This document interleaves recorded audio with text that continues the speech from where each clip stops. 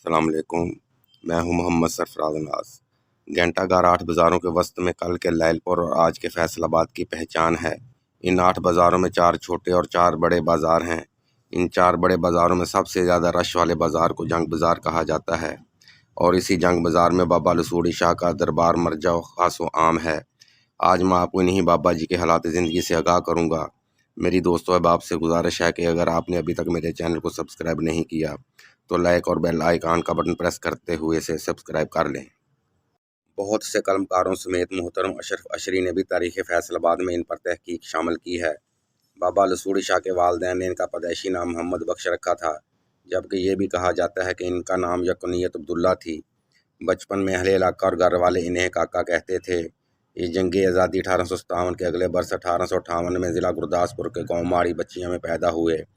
دریائے بیاس کے کنارے اس گاؤں میں زیادہ تر راجپوت بٹی آباد تھے، اور بابا جی بھی اسی برادری کے ایک معزز گھرانے میں پیدا ہوئے تھے۔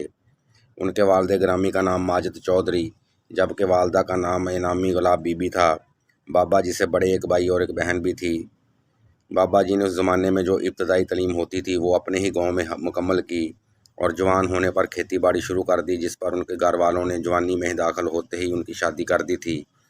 بتایا جاتا ہے کہ 1880 کے لگ بھگ ان کے علاقے میں طاعون کی وبا پھوٹ پڑی، جس نے بستیوں کی بستیاں اور گھروں کے گھر اجاڑ کر رکھ دیے۔ اس وقت بابا جی ایک کمسن لڑکے اور لڑکی کے والد بن چکے تھے، مگر طاعون نے پہلے لڑکی اور کچھ ہی دنوں بعد لڑکے کو موت کی وادی میں سلا دیا۔ جلد ہی ان کی اہلیہ بھی بیماری کے ہاتھوں ان کو داغ جدائی دے گئیں۔ ان پے در پہ صدموں نے بابا جی کو گوشہ نشیں کر دیا، اور انہوں نے ہر ایک سے ملنا جلنا چھوڑ دیا۔ ان کے ایک دوست کا نام چوڑ خاں تھا۔ ایک دن چوڑ خاں ان سے ملنے ان کے گھر آیا اور باہر سے ان کا حال چال پوچھا۔ آپ نے کہا کہ میں ٹھیک ہوں اور مجھے مرشد کی بیعت کا اشارہ ملا ہے۔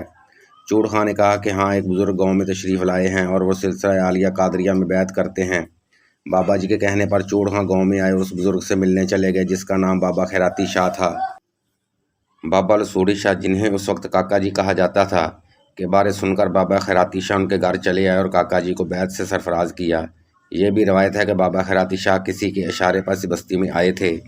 اس واقعہ کے بعد بابا جی اپنے علاقے کو چھوڑ کر پیدل ہی گاؤں گاؤں کریا کریا گھومنے لگے، اور جہاں کہیں انہیں کسی ولی کے مزار کی خبر ملتی تو وہ وہاں پہنچ جاتے۔ کھانے کو کچھ مل جاتا تو کھا لیتے، ورنہ فاقہ مستی کرتے۔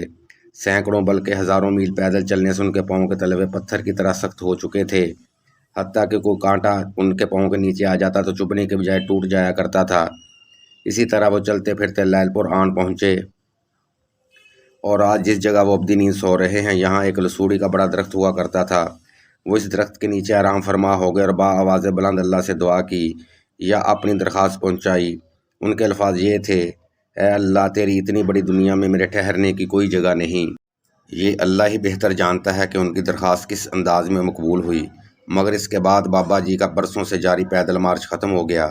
آثار بتاتے ہیں کہ یہ 1920 کے لگ بھگ کا واقعہ ہے، یعنی آج سے 1 صدی پہلے کی بات ہے، جب بابا جی نے یہاں ڈیرے ڈال لیے اور اللہ اللہ کرنے لگے۔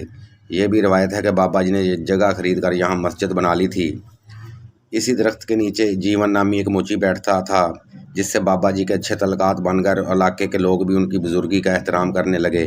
بابا جی کرامات وغیرہ سے گریز کرتے تھے، اور جو کوئی دعا کروانے آتا اسے بلا امتیاز رنگ و نسل اور مذہب کے مایوس نہ کرتے، جبکہ ان کے مریدوں کی تعداد بھی ہزاروں میں پہنچ گئی تھی۔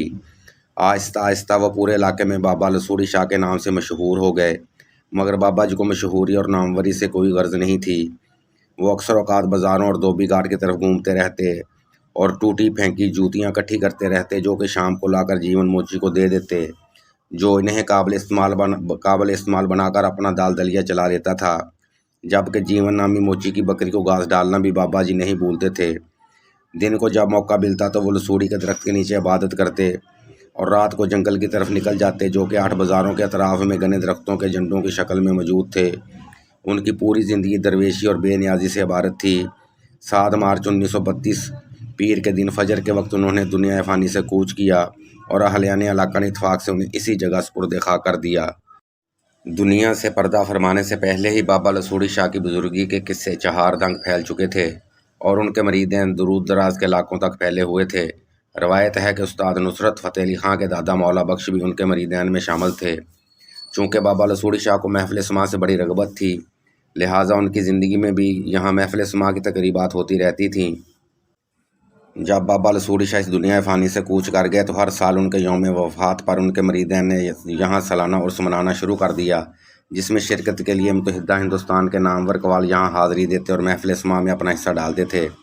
استاد نصرت فتح علی خان کے والد استاد فتح علی خان اور ان کے بھائی استاد مبارک علی خان اس زمانے کے ہر دل عزیز اور نامور قوال تھے، اور وہ عرس میں شرکت کے لیے خصوصی طور پر جلندھر سے یہاں آیا کرتے تھے۔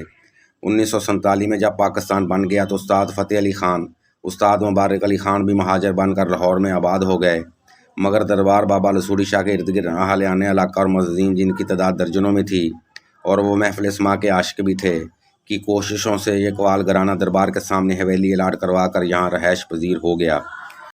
ان کی مختصر داستان سنانے کا مقصد یہ ہے کہ انہوں نے دربار بابا لسوڑی شاہ کی عظمت و سطوت کے لیے جو کلیدی کردار ادا کیا اسے تاریخ فراموش نہیں کر سکتی۔ اس زمانے کی روایت جو کہ 3-4 دہائیاں قبل تک جاری رہی، اب دم توڑ چکی ہے کہ ہر شہر میں جب بھی کسی ولی اللہ کا سالانہ عرس ہوتا تھا تو یہ تقریبات ایک میلے کی شکل اختیار کر جاتی تھیں۔ چونکہ اس زمانے میں خالی قطعات ارضی کی کمی نہ تھی، لہٰذا آبادی بہت کم تھی، تو ان میلوں میں پکوڑوں، سموسوں، جلیبیوں، پھلوں وغیرہ کے سٹالز لگ جاتے، سرکس اور موت کے کنویں نصب ہو جاتے، تھیٹر پارٹیاں اپنے فن کا مظاہرہ کرتیں۔ لہٰذا جب بابا لسوڑی شاہ کے سالانہ عرس مبارک کی تقریبات شروع ہوتی تو یہ میلہ موجودہ راج باغ، جہاں آج لنڈا مارکیٹ ہے، وہاں تک دل دھرنے کو جگہ نہ ہوتی تھی۔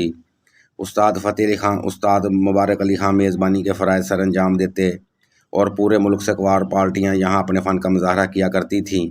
اس سلسلے کو بعد ازاں استاد نصرت فتح علی خان نے بھی آگے بڑھایا، مگر پھر بے تحاشا مصروفیات کے باعث وہ لاہور منتقل ہو گئے۔ تاہم بابا لسوڑی شاہ کے عرس کے موقع پر حاضری دیتے رہتے تھے اور آہستہ آہستہ یہ سلسلہ محدود تر ہوتا گیا۔ بابا لسوڑی شاہ کا سالانہ عرس مبارک اب بھی عقیدت و احترام سے منایا جاتا ہے، تاہم میلوں ٹھیلوں کی روایات دم توڑ چکی ہیں۔ اس موقع پر ان کے مریدین کی اولادیں اور عقیدت مند یہاں حاضر ہوتے، چادریں چڑھانے کے ساتھ ساتھ گل پاشی کرتے ہیں۔ عام دنوں میں بھی زائرین کی یہاں آمد جاری رہتی ہے۔